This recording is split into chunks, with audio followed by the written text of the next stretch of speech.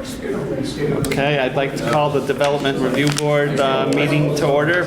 Today is Tuesday, the 19th of November. And Let's see, we're going to go ahead and get started with the meeting. And our first item on the agenda are the minutes from the last meeting. anyone make any motions? Second. All those in favor? Great. All right, next item on our agenda is the the witness oath, and we do ask anyone who presents information to the board this evening to sign this oath, and it is up on the podium, so we just ask you to sign that again before you present information to the board. And the oath statement includes, or states the following. I solemnly swear or affirm under the pains and penalty of perjury that the statements I make, testimony I give, and other evidence I submit to the board at the board's public hearing held on this date shall be true and correct to the best of my knowledge and belief.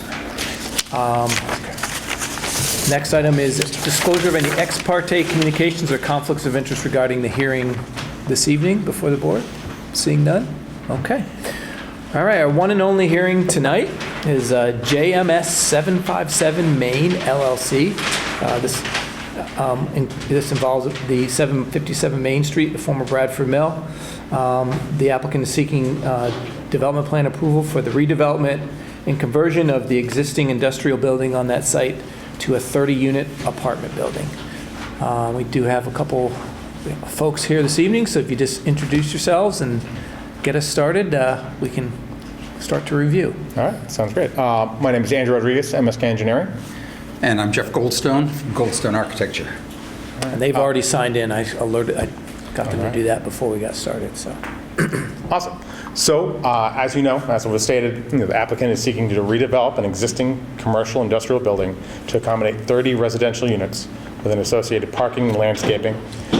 The residential units will consist of 1 and 2 bedroom and studio apartments.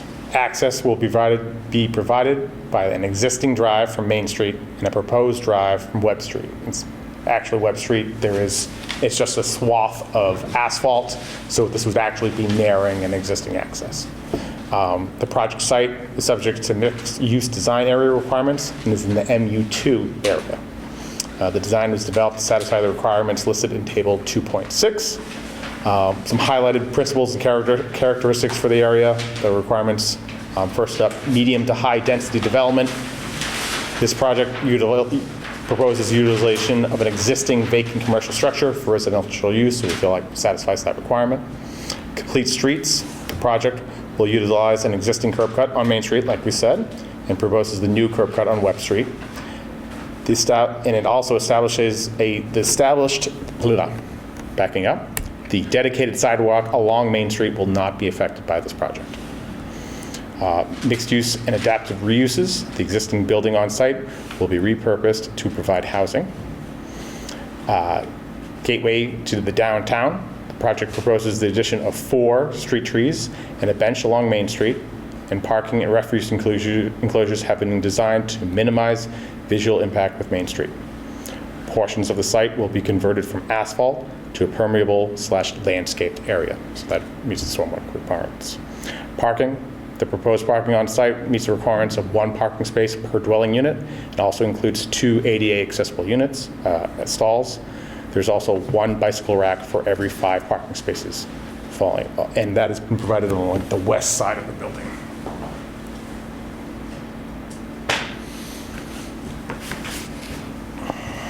Along with all of these features, there's going to be a new concrete sidewalk providing access from the Main Street down to the units. There's going to be a pickleball court.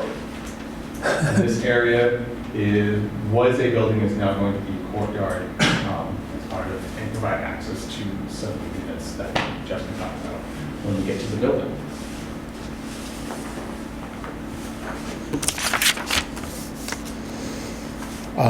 Photometric plan has been provided, and there is going to be light poles as well as on-building lighting.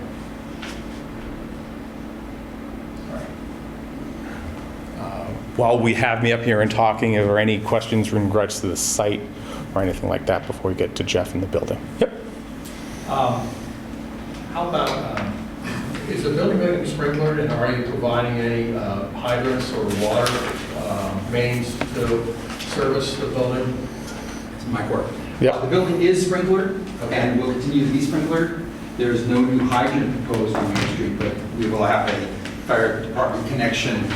We are in conversation with the fire department about where exactly. Currently, it's located on this wall here, and we're expecting, expecting to be asked to put it closer to Main Street, somewhere along here. But it's an existing sprinkler building and will continue to be sprinkled with the same main that's there now. There's also a couple odd, look like cast iron fascinating. hydrants in the front. Are those? I Puzzle, don't, we've or are they- puzzled over what those are. They look like they're some kind of a valve cover, a hydrant from way back. They'll remain, but as an oddity, not as a functional hydrant. Okay, just two other questions. Sure. The stream, Marty Brook. Yep. A lot of development upstream. Is there a flood of record there? And have you looked at that's ability to handle runoff? And are the first floor levels of the apartments above the flood record, or is that any issue, I guess? So that is, we consulted with the rivers and streams as in regards to, yep.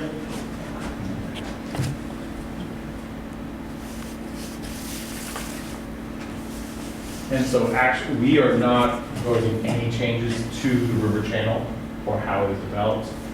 We will actually be bridging over the existing concrete path and cover. So we will not be making any changes to how the stream currently flows or is maintained. But as far as you know, As far as it's, yeah, I mean, it's got a good gradient on that stream. exactly, yeah, there is a significant drop from, current stream levels, so there's about a 4 foot. In terms of the elevations in the existing, of the building and the apartments, the main part of this building is at about 4 or 5 steps up from Main Street. I don't know the exact number of risers here, and they will remain on the concrete slab, first floor. There are areas, if anybody here is familiar with the interior, I had never been in it before this process, but this whole corner is considerably lower. We're going to be raising this part of the building to the same grade as the first floor and the same grade as the new proposed courtyard. And then this one area here will actually be, it's proposed right now as being a sort of on-site superintendent kind of apartment. And it will enter from this side, and it will also be raised above the existing floor level. The only part that's considerably down, the original lower floor, is a small area in here, which is proposed to be the lower level of a gymnasium for tenants, which is really a stacked building. It's a 3-story high space within there, and the main floor will be on grade, and there'll be a stairway down to the lower floor. I do have some building plans if you want to look at them later. I know it's not really. Obviously, you don't want it flooding. Yeah. Just the other question is the dumpster and the trash recycling. Sure. It looks like it has to be accessed by the side of the vehicle. Is that going to be a problem for trucks picking it up? Are you contemplating them being able to, normally if you think of dumpsters being front-loaded, Yep. pushed over those, I don't think that's possible. No, so this would require them to have to get out of the truck and move it and come into there. Right. Unfortunately, we puzzled over where to put this dumpster enclosure. There's no But real. if a vehicle's parked there, there's enough room to bring the So- dumpster by? Yes, so no vehicles will be parked in this area. Oh, it's gonna come up the front. It's right here, and this is why we park it here, So because they'll- anywhere else in the site is really gonna interfere So with they'll it. be blocking the driveway? They would want Yes. to driveway. They would for the They'll time be while they're. blocking the- Yeah. For- Absolutely. Yeah. But anywhere else on the site, they would have to block just because of, That's all I have. Maybe I'm mistaken, you said I count 28 plus the 2 handicap. If the handicap are taken out, there's 30 units and 28 regular spaces. Yes, I believe that handicap ADA spaces are part of the count. I They believe. are parked. Yes. Is there any, and I drove over today for visitor parking, trades, any other parking being allotted for this project? Any kind of visitor parking, any kind of trade showing up to do work where they are parked off street? We did not provide any dedicated space for tradesmen or visitors. And that's, yeah. That being said, that, they could probably, if this was full, there is still this whole swath of Web Street that is rather large, and you could park along that. But yeah, we did not dedicate. But not, yeah, we did not dedicate any spaces for the trades, as it was not part of the requirement. No, that's fine, I'm just asking Yeah. if there was consideration placed on it.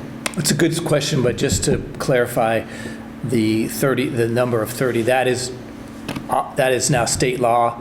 No community can require more than one space per resident. No, I just, some people think, oh, the more parking, the better.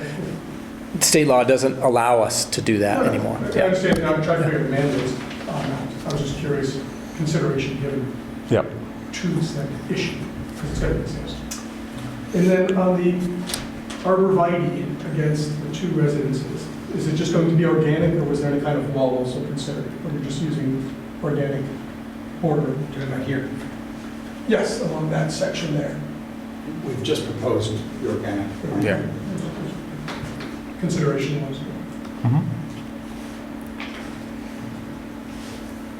Any other questions?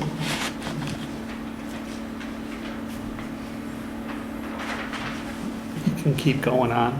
All right. Jeff, you up next with the... Sure, you can draw. I would love to. So before we go off this slide, I just wanted to reiterate something that Andrew said. This was the latest addition to the building. It's the only part of the building that's a steel structure with open web joists. It is a one-story addition to the building. The building was built in multiple phases, starting in the 1860s, I believe. I don't know the date of this building. The maps don't give us any good data. I don't know when that was erected, but we propose to take that out and make a courtyard out of that. Also, Andrew mentioned we have proposed a bridge. It's in the architectural side of the project, even though it's site. And that bridge here would take the people from this parking lot into the courtyard, into the main entrance into the building, or into some of the units that enter off the courtyard. There's a small bridge here that will be restored with new decking and new rails, and that would enable people to take the side path or to get to the superintendent's apartment or to the bike racks. And then finally, this parking lot, those who park here will have an entrance through what we're referring to as breezeway, through the building, and then they'll enter the same entrance. So this small area, the first floor, is broken off from the rest of the first floor, and the second floor spans across on top of that. If you want to go forward to the elevations, I know that they're... So really, it looks very much like it looks now. We're replacing the windows with new windows. We are not seeking historic preservation tax credits on this job, so we have been able, because that limitation was taken off, we've made some decisions, such as using 1/1 lights on the sides and the back, and only replicating the breakup of the windows on the north side, the Main Street side, which will have the original 6/6, I believe, or are they 12/9, or 9/9, 9/9 windows. We'll be restoring all the existing elements, such as the cupola. We'll maintain the office area as a concrete block addition that was done in the late 1800s, I believe. And I can answer any questions related to the elevation that anybody has, elevations, or the floor plans if you prefer. My question, I'm looking at the plan and I only see, and listening to you, I only see that you go into the building from the courtyard. There are two main entrances. One here in the front of the building that will be retained. Wasn't clear about. Okay. Yeah, we don't provide you with floor plans, but for those of you who are interested, or if you want to do it afterwards, I'd be happy. We do have them in slides, and I can show you there. But yeah, the main entrances are the front of the building and the courtyard, and you get to the courtyard either by the bridge across the river, or the creek, or whatever it is, or through the breezeway from the eastern parking area. So the eastern parking area, you have to go walk. No, There isn't. if you go to the floor plan, I'll show you. Yes, there's a small walk, but it's about the same length, I think. Okay, because You're on gonna the go down. plan, it just goes, it's just a door that goes First out. one, that'll be the other one, the one above it, that one. So the parking area is here, and you walk through, there'll be a gated entrance here, walking through the passage, it's called the entry passage on our plans right now, but it's an open air set area, unheated, and then you walk in the entrance, the main entrance here. So the two main entrances are here and up there. Good, thank you. So the circulation is rather simple. It's just one hallway through, and then there's actually a separate entrance here that takes you to the gymnasium, and a second means of egress, or a third means of egress out that side. Yes? I'm assuming a group in the back, they're putting snow to pile up snow and they're gonna plow it. Let's bring Andrew up for this one. Sure. Push it in the creek. We're happy to go back and forth, but Yeah. sorry, the computer's way over here. So yes, the intent would, we built in, green spaces over in here to push snow, as well as over in here to deal with the snow. And there's existing, this area over here would remain as it is, and that would be an area to place snow as well. If you do too much, you get a bucket loader and a couple of tools on trucks and move it. Yeah, it's, I don't know if we're ever going to get that kind of snow again, Ron, but we can hope.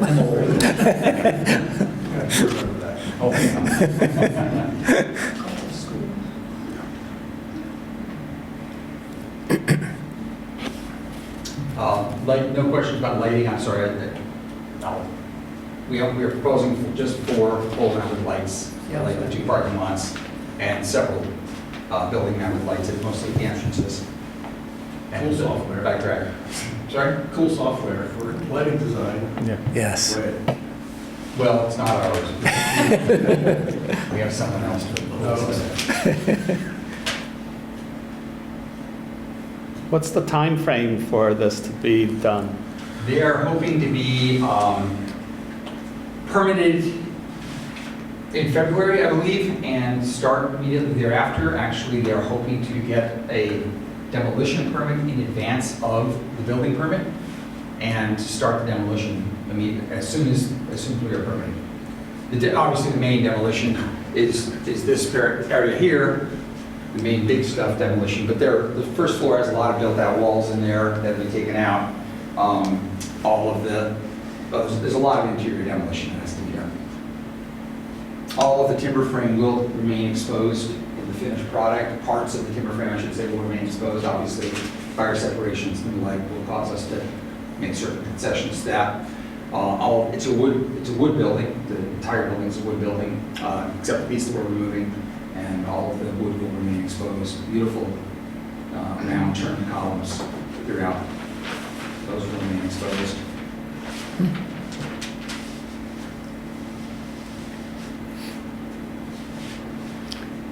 Any other questions?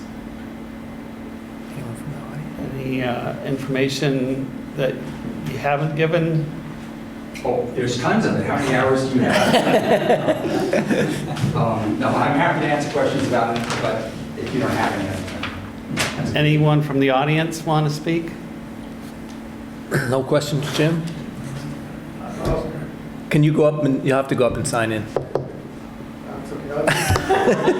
Sure. You can ask him after. Right. we need to swear in too. What would the board like to do? I'm going to approve as presented. Okay, we have a motion to approve. Second? Second. All those in favor? Okay, thank you. Thank you, gentlemen. Yeah. Exciting project. All right. I'll make a motion to We're adjourn. not constructing new access, I mean, you've got us. Yeah, okay. All those in favor to adjourn? There is a clear area. You gotta adjourn, you guys. We got 4. We're adjourned. Who seconded the adjourn? Rod. And then these